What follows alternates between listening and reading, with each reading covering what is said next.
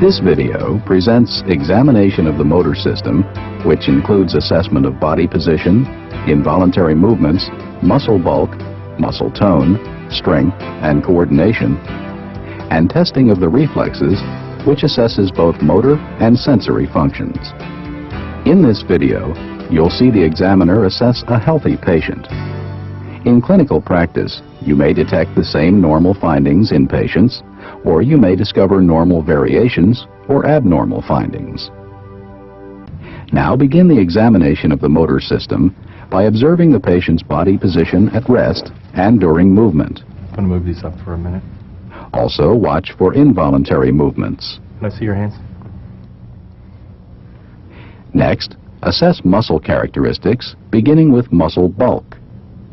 To do this, carefully inspect the muscles of the shoulders, arms, hands, thighs, and legs, noting any atrophy. Let me do all the work here. Then evaluate the patient's muscle tone or resistance to passive stretch. Encourage the patient to relax.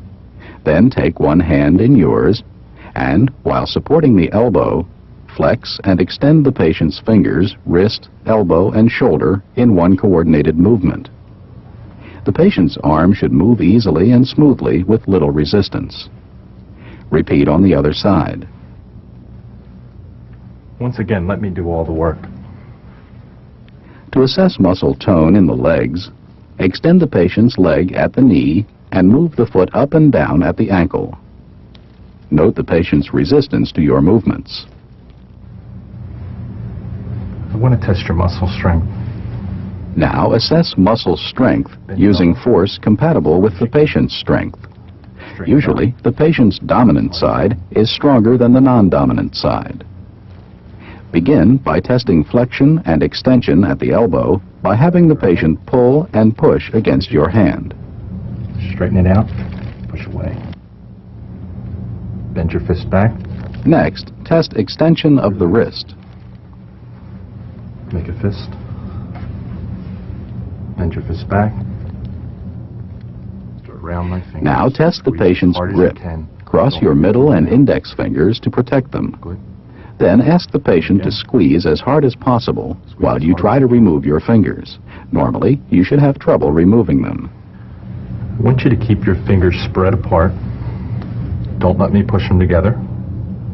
Continue testing muscle strength by asking the patient to turn his palm down and spread his fingers. Check abduction by trying to force them together. Relax for a second. Then, test opposition of the thumb. To do this, ask the patient to try to touch the tip of his little finger with the thumb while you resist the movement. Touch your thumb to the tip of your little finger. Assess muscle strength in the legs.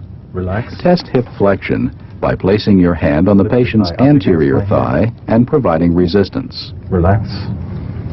Then test hip extension by placing your hand on the patient's posterior thigh and providing resistance. Push your thigh down against my hand. To test hip abduction, place your hands firmly on the table outside the patient's knees. Ask him to spread both legs against your hands.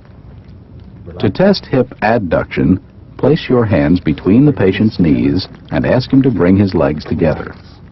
Note the strength. Try to lift your foot off the table. Continue by testing muscle strength at the knee. To assess extension, support the patient's knee in flexion and ask him to straighten his leg against your hand. Try to lift this foot off the table. Note the strength and compare it with the other side. Relax. Don't let me lift this foot off the table. To assess knee flexion, shift your hands, but leave the patient's leg flexed at the knee. Then ask the patient to keep his heel on the table as you try to straighten the leg by pulling it upward. Again, note the strength and compare it with the other knee.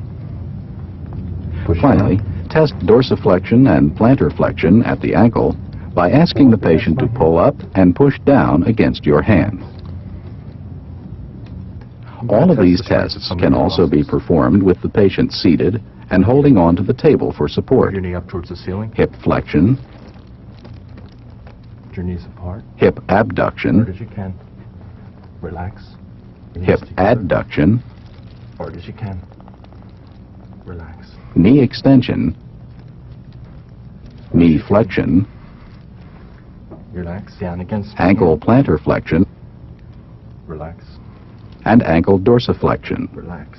Hand. To assess coordination, you'll evaluate rapid alternating movements and point-to-point movements. Begin by assessing rapid alternating movements. To assess the arms, show the patient how to move his hands. Now you're right. Observe the speed, rhythm, and smoothness of the movements. The patient's dominant hand may be better coordinated.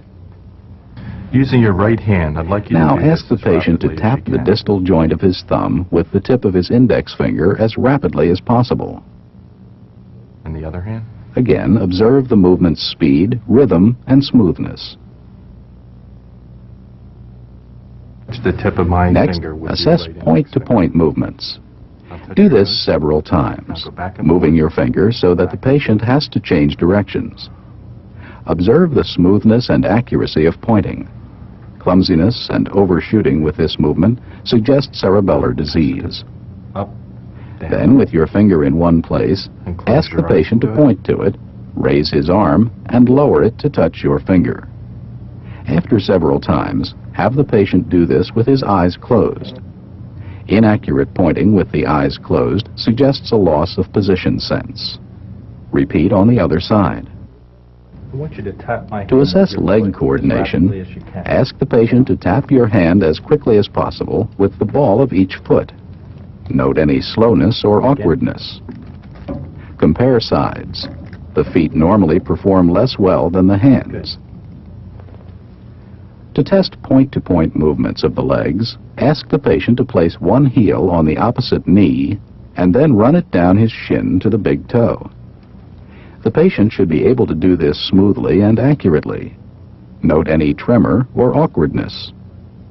Assess both legs. Continue the examination by observing the patient's gait, Over here. which provides information about coordination, position sense, and muscle strength. Relax. Walk slowly across the room. As the turn, patient back walks, again. observe his posture, balance, arm swing, and leg movements. The gait should be relaxed and balanced with easy alternating arm swings. The face and head should lead the rest of the body on turns. Next, ask the patient to walk heel to toe in a straight line. This kind of gait, also called tandem walking, assesses cerebellar function and position sense. Then have the patient walk on his toes to test the strength of plantar flexion, and on his heels to test dorsiflexion at the ankles. These actions also test balance. Next, ask the patient to hop in place, first on one leg and then the other.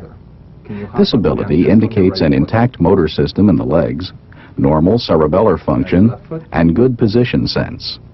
Good. Now I want you to stand just on your Finally, right foot. ask the patient to do a shallow knee bend, first on one leg and then on the other. Down. Up. Now Like you to perform the stand. Romberg test, which primarily Together, tests with your position ankle bones sense. touching. To do this, ask the patient to stand with his feet together. Straight ahead. Normally, he should be able to maintain this posture with his eyes open, indicating intact Close your cerebellar eyes. function. Now have the patient do the same thing for 20 to 30 seconds with his eyes closed. His posture should remain steady with only minimal swaying, indicating intact position sense. If the patient maintains this posture with his eyes open, but not with his eyes closed, he has a positive Romberg test. Now check for pronator drift. Straight To out. do this, ask Your the patient palms to hold his straight arms up to the forward ceiling. and parallel with the palms up, and to close Now his close your eyes for eyes. 20 to 30 seconds. Normally, the patient can maintain this position, Straight up. but watch for downward drifting of one arm and pronation of the forearm, which suggest mild hemiparesis. Stay just as you are. Don't Finally, open your ask the patient to keep his arms up and eyes closed while you tap the arms briskly downward. Normally, the patient's arms return smoothly to the horizontal position. Begin assessing deep tendon reflexes by testing the biceps reflex. To do this, the patient's arm must be relaxed, partially flexed at the elbow, and positioned with the palm down. Relax your arms. To stretch the muscle, depress the biceps tendon with your thumb or index finger. Strike your thumb or finger briskly with the reflex hammer. You should feel the biceps muscle contract and see flexion of the forearm. Here you see a 2+ response. Just keep your arm as relaxed as you can. To assess the triceps reflex, flex the patient's arm at the elbow with the palm toward the body and pull the arm slightly across the chest. Strike the triceps tendon above the elbow. Watch for contraction of the triceps muscle and extension at the elbow. Here you see 2+ responses. To elicit the brachioradialis reflex, the patient's forearms should rest on the lap with the palms down. When the patient is ready, strike the radius 1 to 2 inches above the wrist. Observe for flexion and supination of the forearm. Again, you see 2+ responses. To test the knee reflex, locate the patellar tendon in the patient's flexed knee. Briskly tap the tendon just below the patella. Feel for contraction of the quadriceps and look for extension of the knee. These are 2+ responses.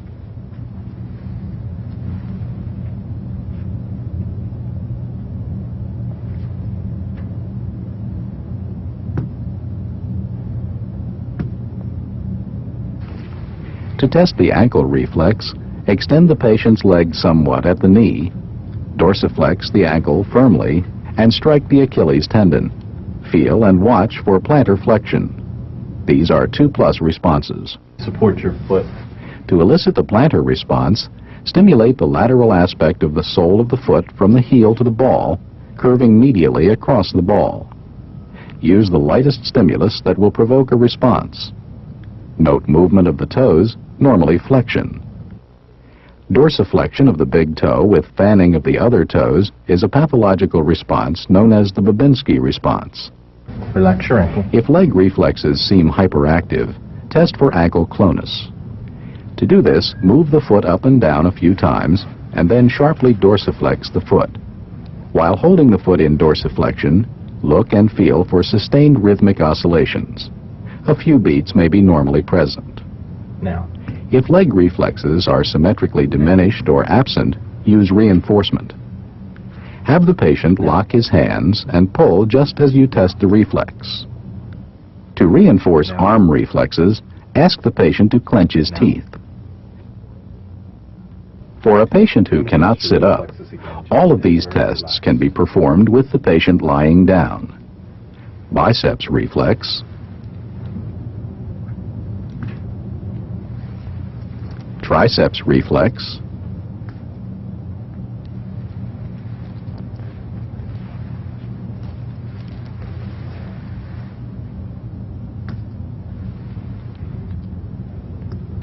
brachioradialis reflex,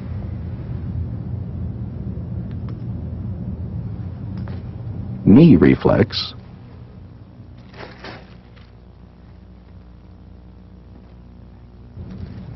ankle reflex,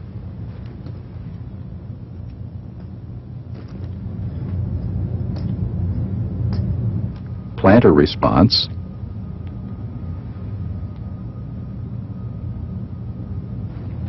and ankle clonus.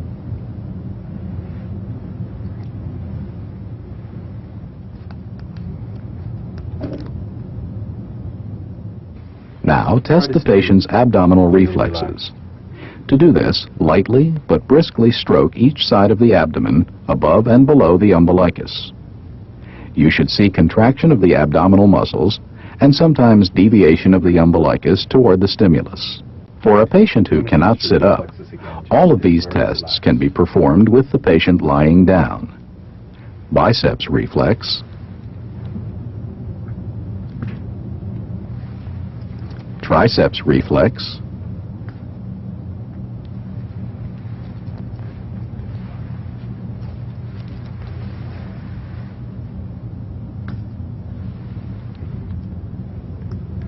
brachioradialis reflex,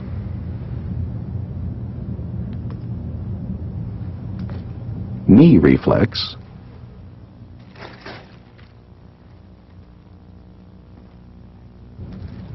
ankle reflex,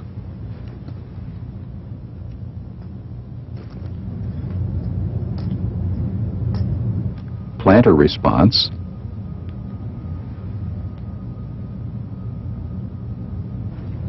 and ankle clonus.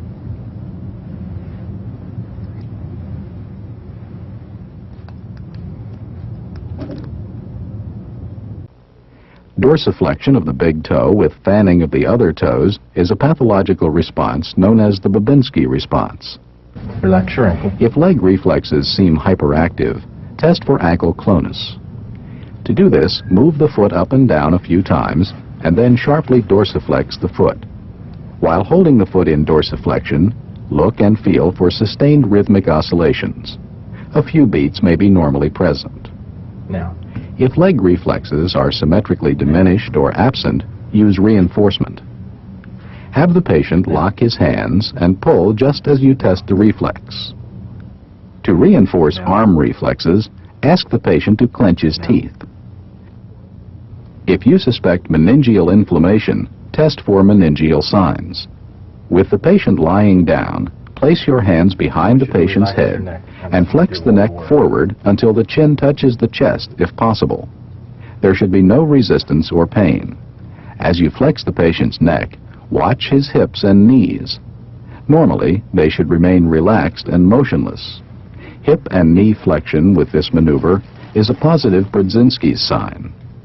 Finally, flex one of the patient's legs at the hip and knee, and then straighten the knee. This action normally produces discomfort behind the knee during extension, but should not cause pain. Pain and resistance to knee extension is a positive Kernick's sign. To summarize, the neurologic examination of the motor system and reflexes includes observation of body position and involuntary movements, assessment of muscle bulk, muscle tone and strength, evaluation of coordination, and testing of deep tendon and other reflexes.